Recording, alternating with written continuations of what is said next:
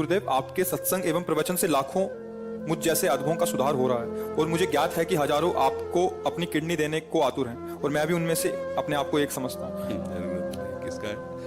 जरूरत इसलिए नहीं कि हम स्वस्थ हैं। जितने दिन देखो शरीर को चलना होता है ना, वो हमें बर्दाश्त ही नहीं कर सकते कि दूसरे के शरीर को कष्ट देकर इस शरीर, इससे अच्छा मर जाना है। हमारा जीवन सबके सुख के लिए। तो जब तक श्री जी सेवा लेना चाहती है तब तक आपके सामने बैठे हैं। अभी थोड़ी देर में डायलिसिस में चले जाएंगे। तो जब तक है तब तक है, नहीं है तो फिर सेवा में ही है श्री जी की। हमारे को ये पता चले कि उसका पेट काट के, उसका अंग काट के हमारे जोड़ा, हम स्वस्थ, ऐसी स्वस्थता किस काम की? बिल्कुल कदापि नहीं, किंचित नहीं, जीवन भर में ऐसा कभी नहीं हो सकता। हम अपने शरीर को सुख देने के लिए दूसरे शरीर को कष्ट, इस स्वप्न में भी नहीं हो सकता ऐसा। और हम बहुत स्वस्थ हैं। हमें इस रोग के बहाने बहुत श्री जी का दुलार मिलता है। तो हम मानते हैं कि रोग हम पर कृपा कर रहा है।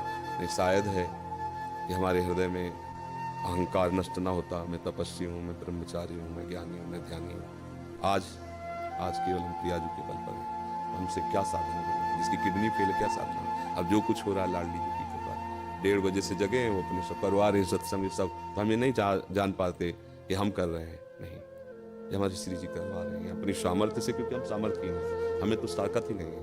हमें और सामर्थ्य उनकी कि आप प्रवचन सुनिए तो उसमें लगेगा थोड़ी कि कोई किडनी फेलियर बोल रहा है। नहीं। और आप हमारे सामने बैठे हैं, आपको लग रहा है हम किडनी फेलियर है? ऐसा लग रहा है क्या? मार मरहुआ और मार उदास ऐसे ये हमारी लाडली जू हमें बहुत दुलार करते हैं। तो हम ये समझते हैं हमारी किडनी हमारी लाडली जू को रिझाने के लिए मिल गई है रोग रूप में। कोई हम कभी परेशान नहीं होते, सच्ची मानना। ये चीजें ऐसी हैं कि इसमें बनावट नहीं हो सकती।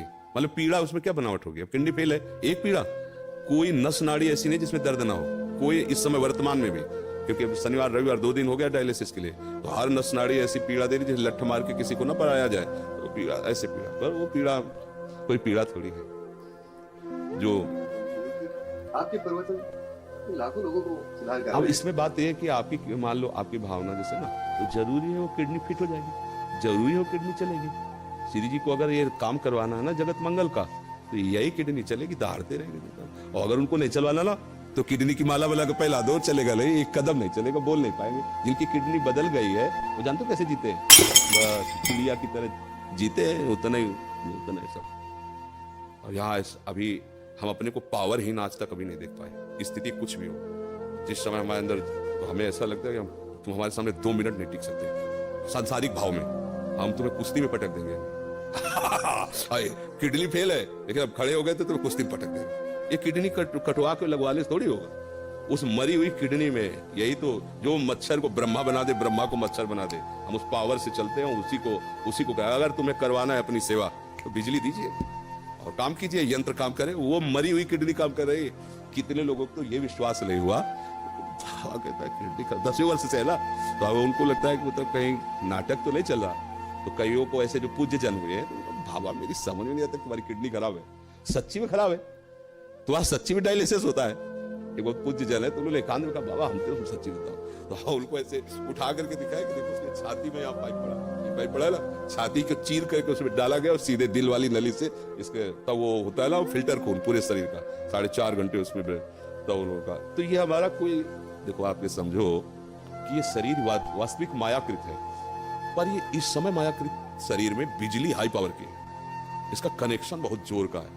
अभी जब तक चलेगा तो ऐसे चलेगा, एकदम फ्यूज हो जाएगा। जिस दिन उनको होगा तो ऐसे, अच्छा गए बस ऐसे, ये ऐसे नहीं, तो ऐसे संसारिक थोड़ी। अभी संसारिक आदमी तो ग्लूकोज चढ़ रहा है, पड़े ऐसे व्हील चेयर में चलाए जा रहे हैं, उठ पे, ऐसे नहीं।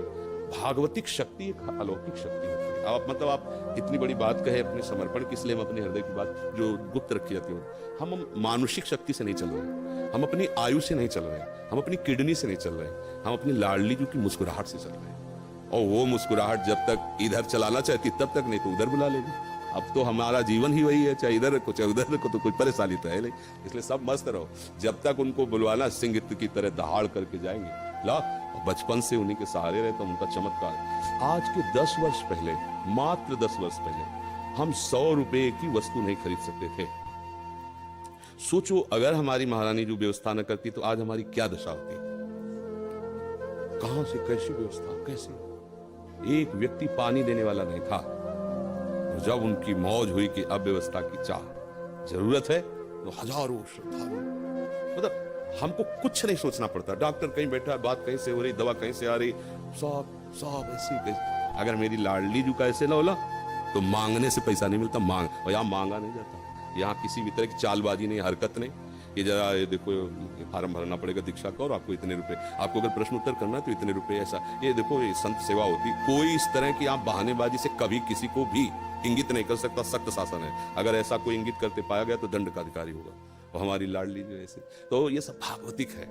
जैसे अपना अहंकार जब तक होता है तब तक ये बातें समझ में नहीं आती, वैसे हो जाया जाता है तब ये बात समझ में आती है कि वो कैसी कृपा। इसलिए आप सब निश्चिंत रहिए, जब तक श्री जी को सेवा करा ली वो सिंह की तरह दहाड़ते रहेंगे। और जहां उनका, तो फिर देखो यहाँ से जाना तो है ही ना, एक दिन सबको जाना है, तो हमारा समय तो निश्चित है ना कि उस मिनट में ट्रांसफर, फिर कोई नहीं रोक सकता, चाहे जो कुछ कर लो। और जब तक वो समय नहीं है तो कुछ नहीं बिगड़ सकता, चाहे जो कुछ। मस्ती में रहना, आनंदित रहना, ठीक है।